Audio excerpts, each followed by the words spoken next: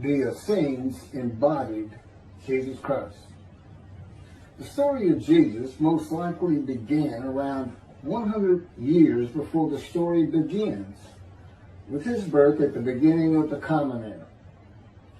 The first written version of the story is the Gospel of Mark that dates from 70 Common Era, about 40 years after the story says Jesus died. This is also the time of the Jewish revolt against Rome and the defeat and expulsion of the Jewish people from the Promised Land. The knowledge of the Hebrew Bible in a time of illiteracy indicates that the Gospel of Mark was written by rabbis, or very learned men in Judaism. Men who decided they needed to write down this story that had been circulating by word of mouth and storytelling for as many as 170 years, beginning with the founder of the Judaism sect of the Essenes, the prolific writers of the Dead Sea Scrolls, to make money. Their temple, homes, and country were gone. And it was desperate times for the Jewish people. The name of the founder of the Essenes was with a capital T, the teacher of righteousness. That was his name, the teacher of righteousness. Meaning he was believed to be the man described in Isaiah 53 who makes the many righteous. The man Jesus claimed to be. According to the oral story that most likely began 100 years before the Common Era, BCE, with this man called the teacher of righteousness, who established a sect of Judaism known as the Essenes, this teacher of righteousness who fought with a wicked priest. All this information is in the Dead Sea Scrolls. Fought with a wicked priest. Did not like the way the temple was being run. Did not like all the sinning going on in Jerusalem, and did not live there, and despised riches and the material things of the world, just like Jesus, who also claimed to be the teacher of righteousness.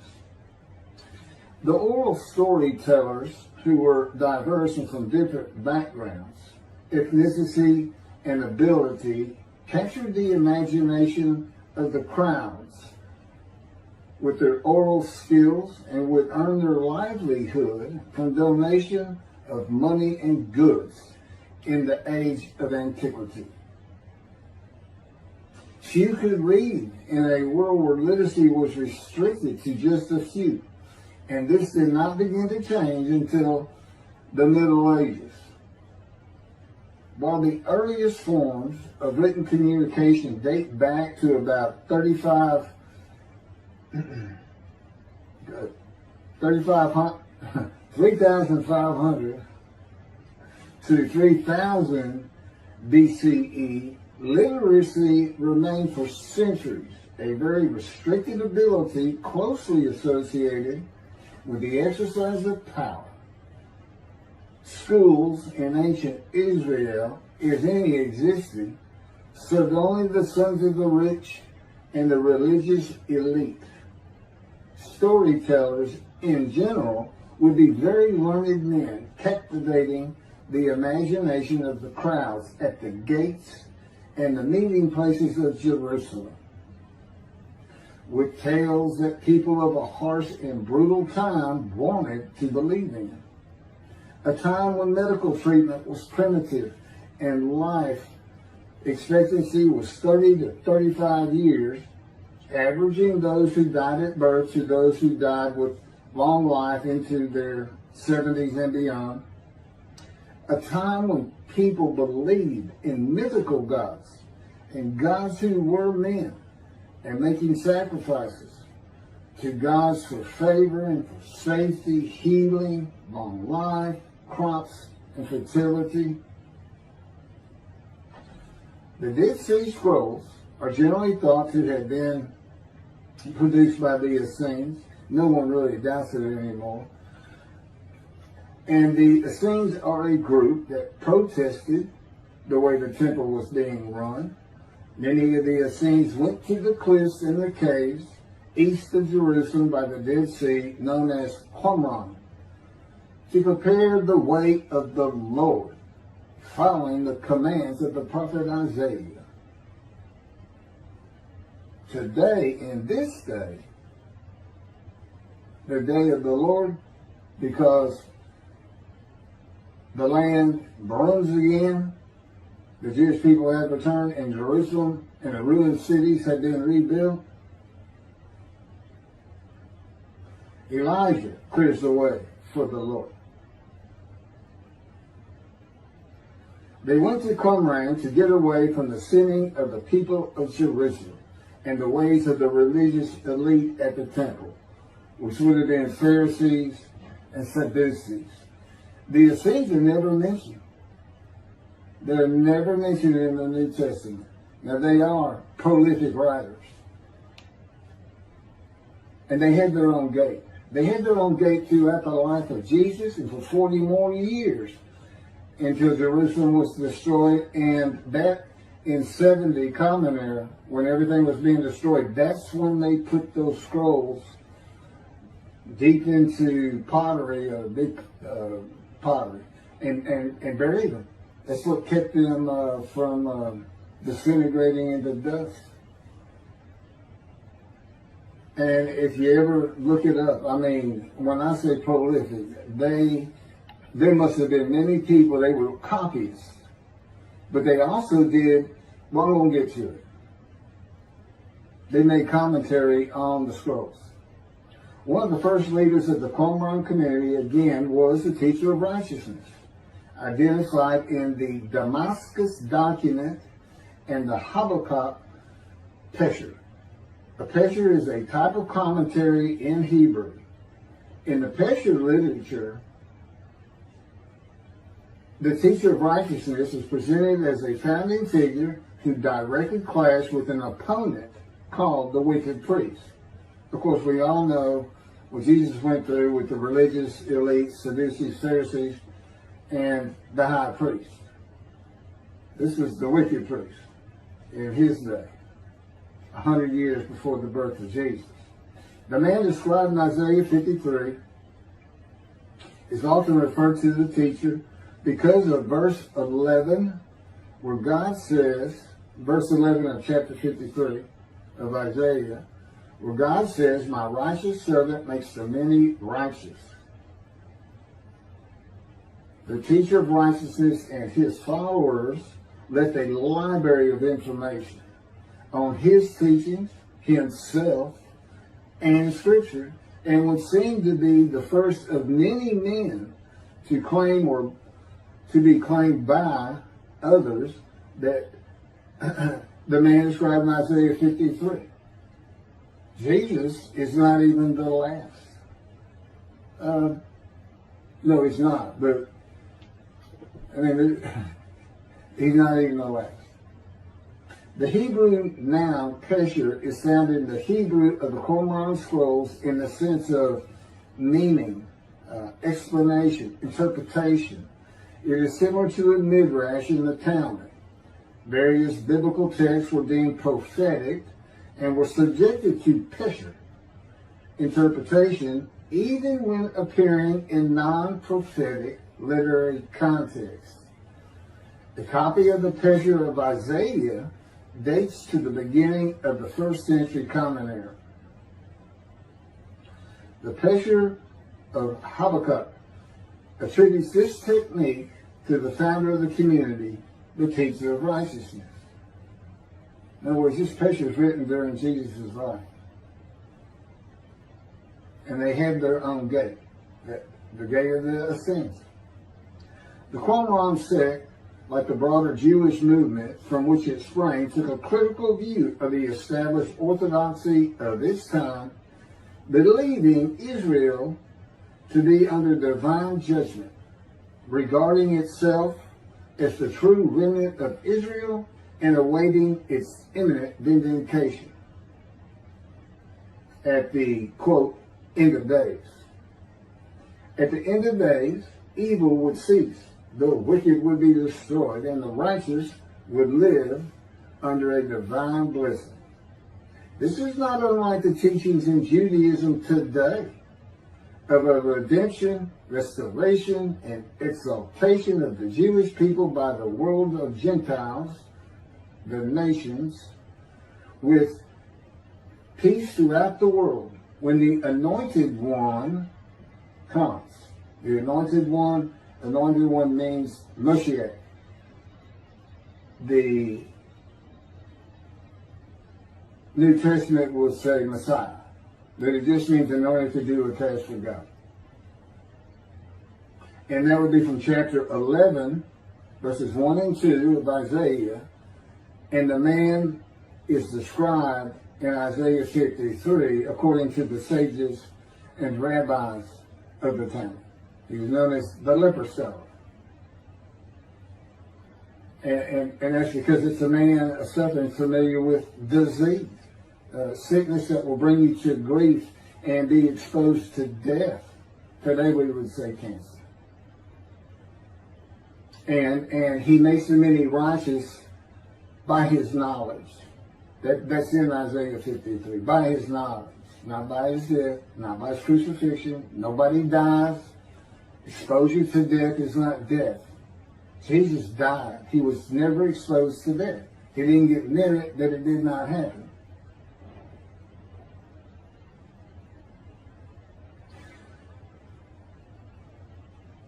This time that the Essenes were waiting upon, that they thought was imminent, did not happen for them. And it is this teaching that Jews for Judaism uses in the analysis that Isaiah 53 describes the Jewish people as God's righteous servant, as one man, Israel.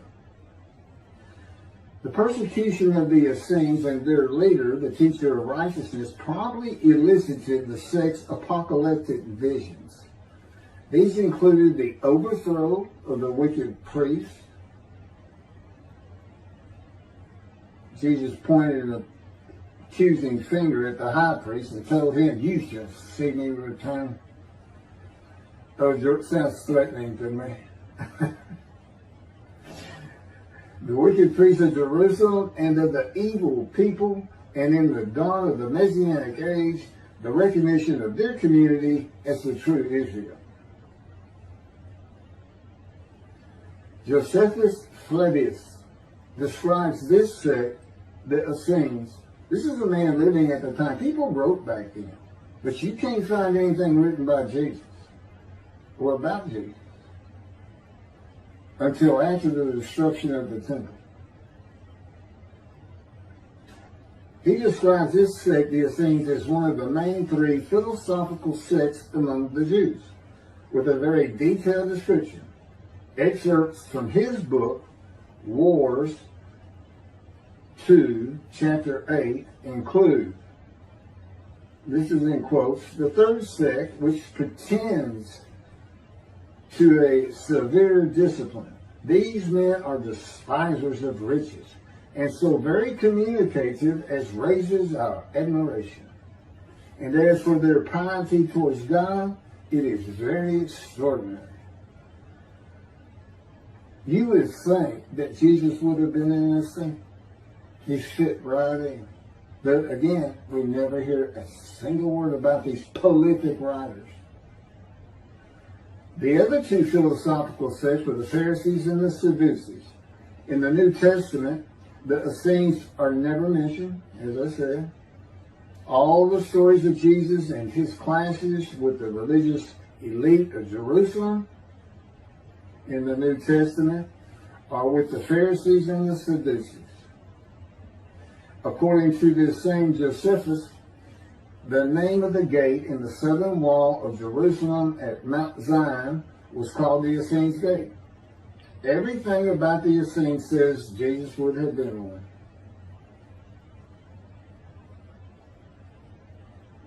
Peter and Paul, disciples later called apostles of Jesus, all said Jesus was the fulfillment of Isaiah 53. and the teacher of righteousness. All of Christianity does today.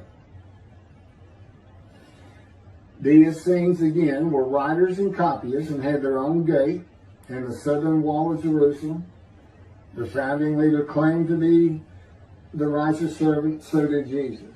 It is impossible to believe that the Essenes had not heard of Jesus.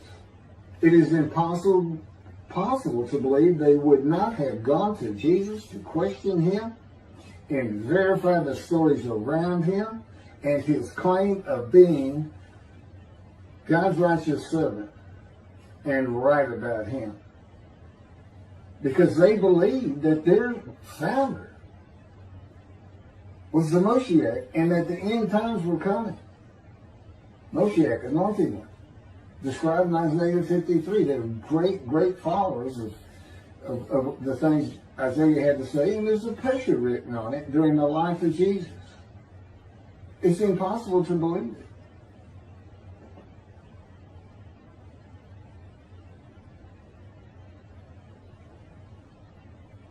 We're talking about a man that healed the sick, removed blindness, had the cripples walk, fed 5,000 people with 5 loaves of bread and 2 fish, walked on water, turned water to wine, raised the dead, was crucified, and 3 days later came back to life.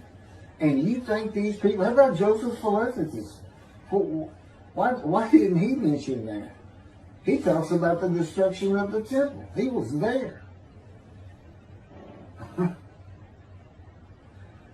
The Essenes were present in and around Jerusalem for 100 years before the birth of Jesus and another 40 or so years after his death at the age of 30 in the first written story of him and his life in 70 Common Era.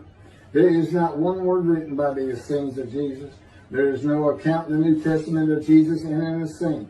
There are no writings or even a mention of him by a single person or group that was part of his generation while he was alive. There are no writings by Jesus. And prophets of God, men of God, servants of God have been writing for him throughout the biblical times until he stopped talking to his prophets.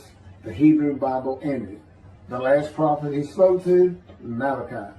Malachi chapter 3, the last chapter of the prophets,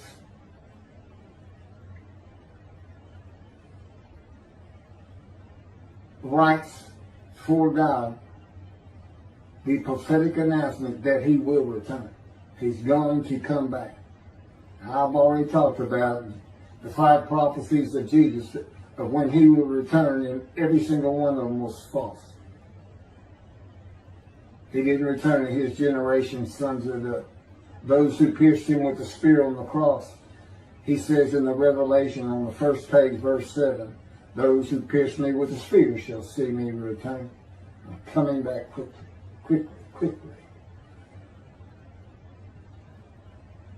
Nothing was written by his disciples. There are no writings by Herod or Pilate or any Roman newspaper, poem, or book of this man who healed the multitudes, fed the poor, walked on water, raised the dead, turned water to wine, was crucified and rose from the dead to human life, and then rose to heaven. That's where he's supposed to be returning from. While there are 3 Gospels under the names of 3 disciples, they are all considered pseudepigrapha. In Greek, that means falsely attributed. Writings which were attributed to authors who did not actually write them. And they were all written long after the death of Jesus, these Gospels, full of quotes and teachings from Jesus himself. Quoted parables, long speeches, Sermon on the Mount, long sermons that could not be accurate if passed by word of mouth. There is only one answer. The Essenes themselves, these writers and the storytellers of the day, have put this story together. And even though the writers of the gospel knew full well these rabbis were learned men of the Hebrew Bible, they knew it didn't really fit. But you know what else they knew? Nobody could verify it. Nobody could check them. Nobody could check them. Now, I just did a video on the deceptions. The deceptive, it covers just Matthew. And there's 3 different stories of him and deceits in every one of them that you can go look up now. You can verify these things that I'm saying. I'm quoting them. I give the chapters, the books they come from. You can see Jesus changed Zechariah, verses 9 and 10, the verses, from riding an ass into Jerusalem and being crucified, as Jesus said all the prophets said of him, to what the prophet actually said. You can go look at it. He said he's going to go and defeat Rome, defeat the enemy in Rome, which in Jesus' time, in Jerusalem, and be king of the world, which at the time would have been the nations of the Middle East. And he would tell them all to surrender. That's actually, that's part of the verse itself, verse 10. And he would defeat the enemy and have the nations surrender and be king from sea to sea, lands into ocean. You can't get more deceitful than that. You can't lie greater than that.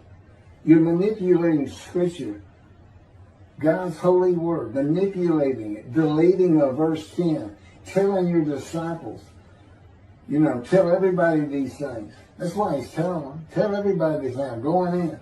They're going to kill me. Okay. That's what the prophets say. Don't forget. And that's what he's doing.